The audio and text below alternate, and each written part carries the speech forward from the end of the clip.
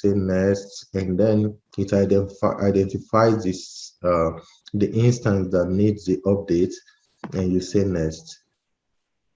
I'm gonna pause here because this might take a moment, but I'll be okay. So it's going, we're not there yet, and then you simply update. So I'll be right back when this scale through. Voila. So this is successful. Update has been successful. This is the same as the automatic updates your phone prompts you to do occasionally. It sometimes makes your phone better and could make your phone begin to misbehave too. So some professionals first would run this in a test environment before running in their production environment to avoid what we call breaking changes. So once this is downloaded, and of course it's done running, it is required to restart the instance.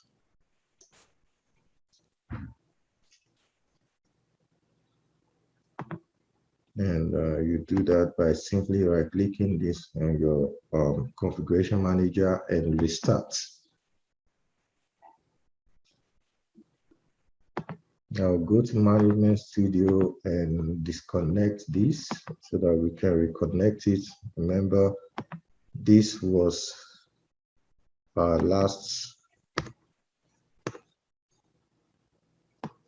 update number before the patching was done. Okay, now I will be connecting back to that server, and you can see over here, if I run this same command again, excuse me, and copy out this new result,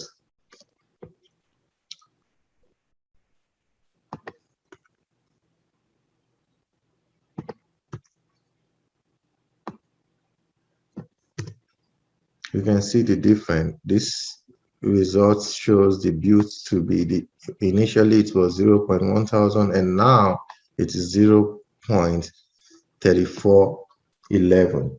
That is how that works. This process requires documentation.